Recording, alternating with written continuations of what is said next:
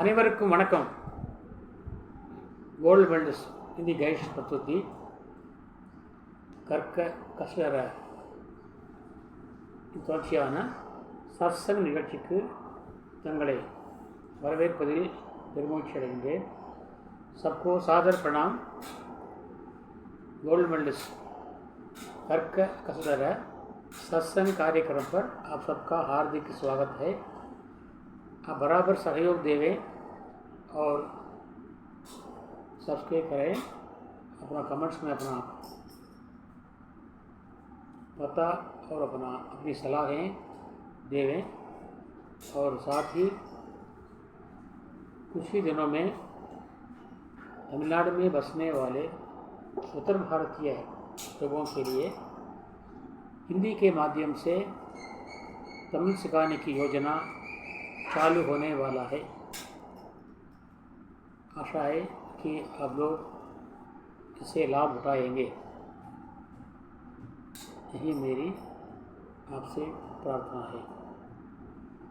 आज इस सत्संग कार्यक्रम के अंतर्गत एक व्यक्ति ने हमसे पूछा है कि समय का मूल्य बताइए.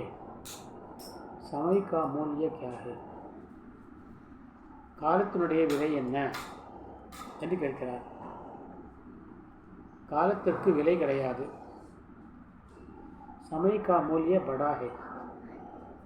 காலம் கண் போன்றது, கடமை பொன் போன்றது என்பார்கள். காலம் கண் போன்றது, கடமை பொன் போன்றது. காலத்தை வீணாக்கக்கூடாது. காலத்தை வீணாக்குவான் தன்னுடைய காலத்தை வீணாக்குறான். காலம் என்ற வார்த்தைக்கு இன்னொரு பொருள் உண்டு, இறப்பு என்ற பொருள் உண்டு. ஆகவே காலத்தை வீணாக்குறவன் தன்னுடைய காலத்தை சீக்கிரம் அடைக்கிறான் என்று பொருள். ஆகவே ஞாலம் கருதினும் கைகூடும், காலம் கருதி இடத்தார் செய்யும் என்கிறார் வள்ளுவர். ஞாலம் கருதினும் கைகூடும், காலம் கருதி இடத்தார் செய்யும். டைமுக்கு செய்யணும். நேரத்தை அனுசரித்து, இடம் பொருள் ஏவல் அனுசரித்து முறைப்படி நாம் கடமையாற்றினால் ஞாலம் கருதினும் கைகூடும். ஞாலம் என்றால் உலகம். உலகையே அடைய நினைத்தாலும் அது நமக்கு நடக்கும் என்கிறார். ஆகவே இதைவிட மேலாக காலத்தினுடைய மதிப்பை யாராலும் சொல்ல முடியாது. நான் இந்த பதிவு வாயிலாக தங்கள் காலத்தை நான் வீண் செய்கிறேனா என்று நீங்கள் கருத வேண்டாம். ஏனென்றால் என் காலத்தை வீண் செய்துதான் தங்களுக்கு இந்த வீடியோவை போட்டு கொண்டிருக்கிறேன். இந்த பதிவை தங்களுக்கு தந்து கொண்டிருக்கிறேன். அது என் காலமானது நல்ல முறைக்கு பயன்படுகிறது. ஆக நல்ல முறைக்கு பயன்படுகின்ற எந்த ஒரு நேரமும் வீண் போகாது. சும்மா வம்பு பேசுவது, அக்கம் பக்கம் சண்டைக்கு போவது, வீண் பேச்சுக்கள் பேசுவது, எதுவுமே செய்யாமல் சும்மா உட்கார்ந்து கொண்டிருப்பது, யாருக்கும் உதவாமல் இருப்பது, இவையெல்லாம் காலத்தை வீணாக்குவதாகும். நம்முடைய கடமையை செய்தல், மற்றவருக்கு உதவுதல், இயன்றவரை அனைவருக்கும் சேவை செய்தல், இவை அனைத்தும் காலத்தை மதிப்பதாகும். காலத்தை மதித்து அதன்படி செயல்படுவதாகும். ஆகவே இவற்றினால் காலம் வீணாகாது. ஒவ்வொரு துளியாக விழுந்துதான் பக்கெட் நிரம்புகிறது. மழைத்துளி ஒவ்வொரு துளியாக விழுந்துதான் அது வாய்க்காலாகிறது, நதியாகிறது, கடலாகிறது. துளிதான் கடலாகிறது என்பதை நாம் கருத்தில் கொள்ள வேண்டும். ஒவ்வொரு மணித்துளியும், ஒவ்வொரு செகண்டும், ஒவ்வொரு வினாடியும் நமக்கு விலை உயர்ந்தவை. அந்த விலையுயர்ந்த வினாடியை, நேரத்தை நாம் வீணாக்கக்கூடாது. ஒரு நாளைக்கு 2 மணி நேரம் என்ற கணக்கில் நாம் வீண் செய்தால் கணக்கு பொருள்கள் வருஷத்திலே இத்தனை நாட்கள் நாம் வீணாக்குறோம். 365 + 365 730 மணி நேரம் வீணாக்குறோம். ஆனால் வெளியே பார்ப்பதற்கு வெறும் 2 மணி நேரம் தான்.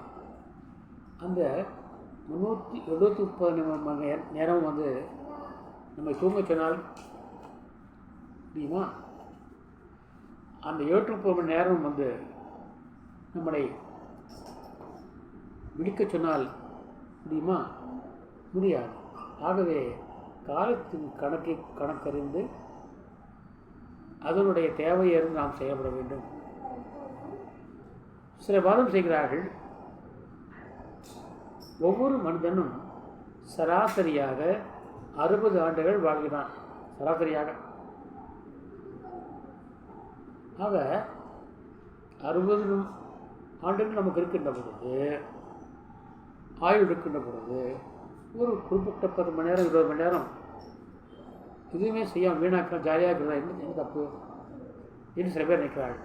ஆனால் அப்படி செய்கிறவர்களெல்லாம் பிற்காலத்திலே தனக்கு அந்திம காலம் வரும் பொழுது வருந்துகிறாள்.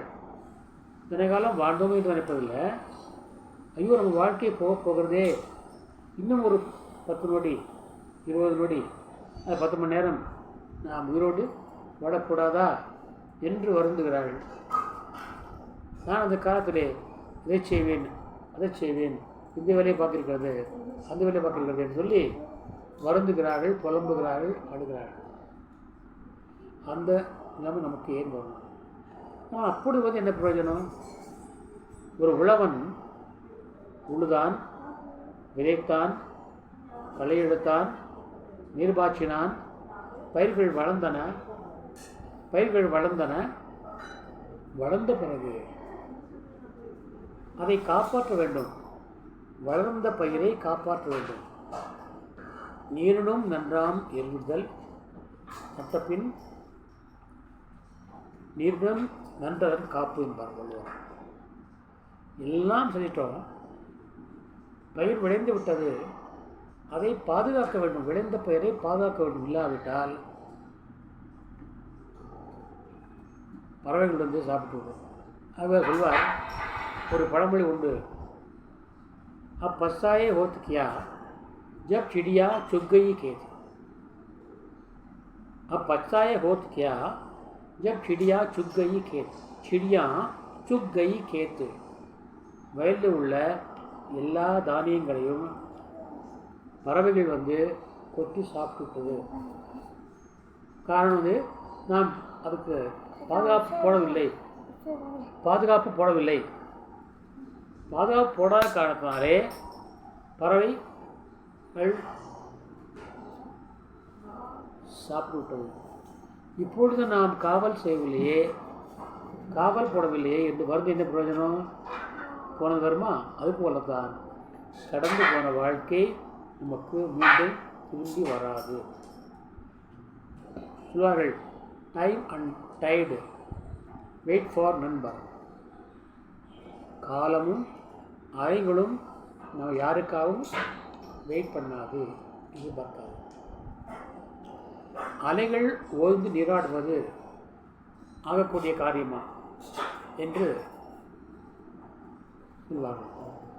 அலைகள் ஓய்ந்து நீராடுவது ஆகக்கூடிய காரியமா? கடலில் போய் நாம் குளிக்க வேண்டும், தொடர்ந்து அலை வந்துவிடுகிறது. அலை நிற்கட்டும், அது பிறகு நாம் நீராடுவோம் என்றால் முடியுமா?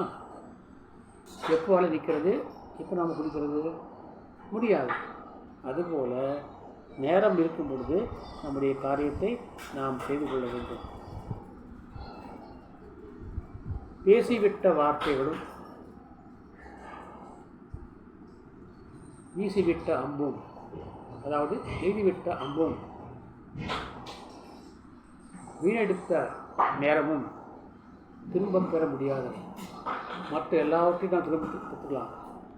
பேசிய வார்த்தையை திரும்ப பெற முடியாது, வீசிய அம்பை திரும்ப பெற முடியாது.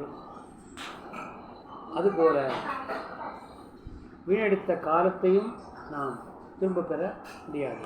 ஆகவே இந்த மூன்றையும் நாம் சேமித்து வைத்துக் கொள்ள வேண்டும். அதை நாம் வீணாக்கக்கூடாது.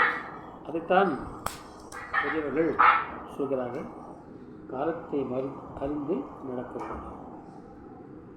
மான்கள் அனைவரும் காலத்தை அறிந்துதான் செயல்படுகிறார்கள். காலத்தே மழை பெய்கிறது, காலத்தே காற்று வீசுகிறது, பருவக்காற்று காலத்தே வீசுகிறது, காலத்தே மழை பெய்கிறது, காலத்தே பனி பெய்கிறது, காலத்தே பூக்கள் புகின்றன, காலத்தே மரங்களிலே இலைகள், பூக்கள், பிஞ்சுகள், காய்கள், கனிகின்றன. அதே மரத்திலிருந்து காலத்தே இலைகள் கீழே விழுகின்றன. எல்லாம் காலத்தே. ஆனால் நாம் மட்டும் காலத்தே இந்த காரியம் செய்வதில்லை.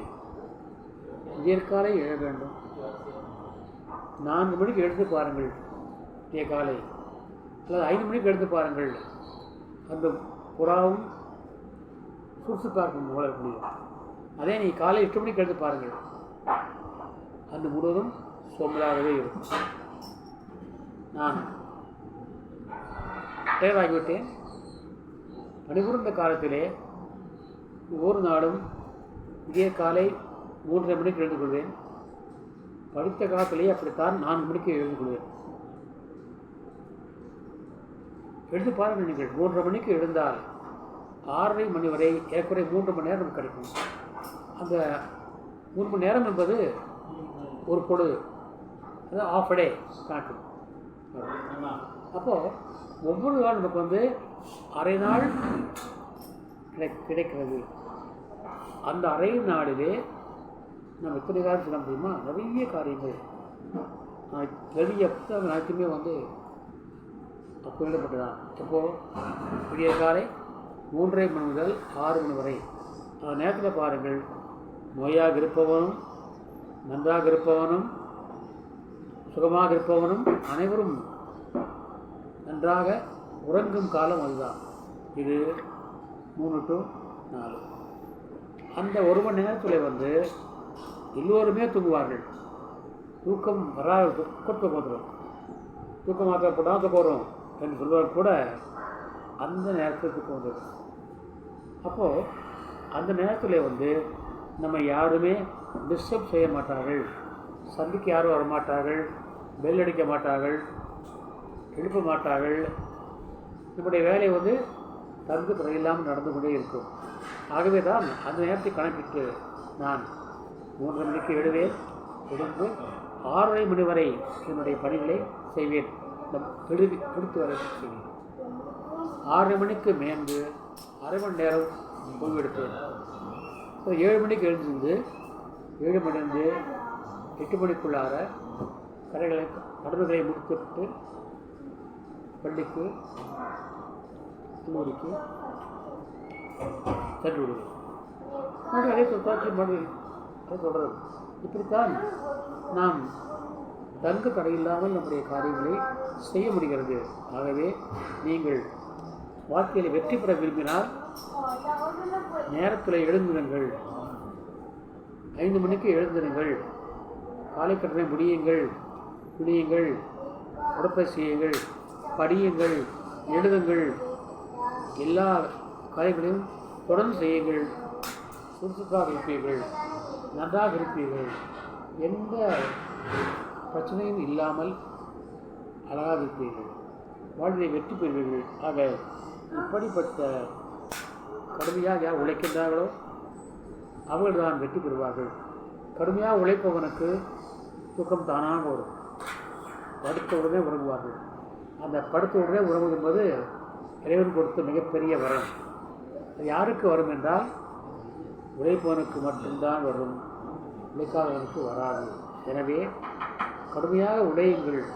கடுமையாக தூங்குங்கள், குறைவாக தூங்குங்கள், குறைவாக சாப்பிடுங்கள். வைரமுத்து அவர் சொல்வார்கள், தூங்கி வைரமுத்து, சாப்பிட உட்காரும் பொழுது பசியோடு உட்காரு, எழும்பொழுதும் பசியோடு எழுந்திருப்பார்.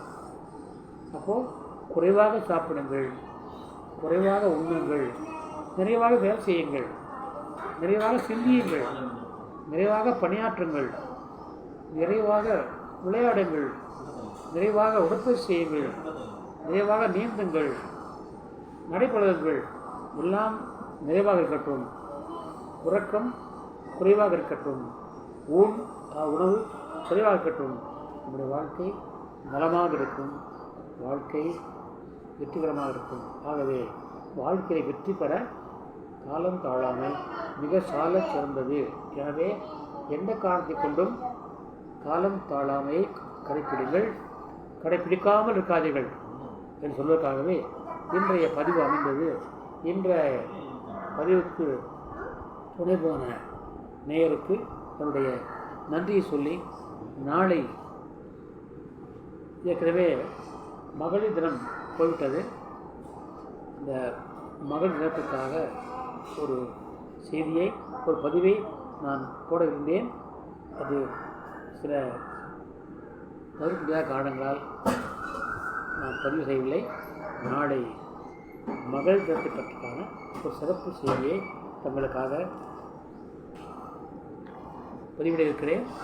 ஆகவே நீங்கள் ஆதரவு கொடுத்து சப்ஸ்கிரைப் செய்து கொள்ளுங்கள் என்று வேண்டிக் கொள்கின்றேன். இதை நீங்கள் உங்களுடைய புது மாணவர்களே நீங்கள் உங்கள் நண்பர்களுக்கு ஷேர் செய்யுங்கள், பதிவு செய்யுங்கள். இது அனைத்தும் உங்களுக்காகத்தான். எனக்கு டைம் பாஸ்க்காகல, என்னோட டைம் பாஸுக்காகல, உங்கள் வாழ்க்கைக்காக, உங்களுடைய முன்னேற்றத்துக்காக, உங்கள் எழுச்சிக்காக என்று சொல்லி உழையுங்கள், உழையுங்கள், உழையுங்கள். ஒரு அறிஞர் கூறினார், आदमी का पहला काम है मेहनत करना. ஒரு மனித முதல் கடமை உழைப்பது. दूसरा काम है, இரண்டாவது கடமை உழைப்பது. और तीसरा काम है, மூன்றாவது கடமை உழைப்பது. ஆக உழைப்பு உழைப்பு உழைப்பு இதுவே உயர்வை தரும். காலம் தாழாமை நமக்கு வாழாமை என்ற பாவத்திலிருந்து விடுதலை தரும் என்று கூறி உழையுங்கள், உழையுங்கள், காலத்தை மதியுங்கள் சொல்லி விடைபெறுகின்றேன். நமது ஆர் சுந்தரராஜன். தன்யவாத். ஜெய்.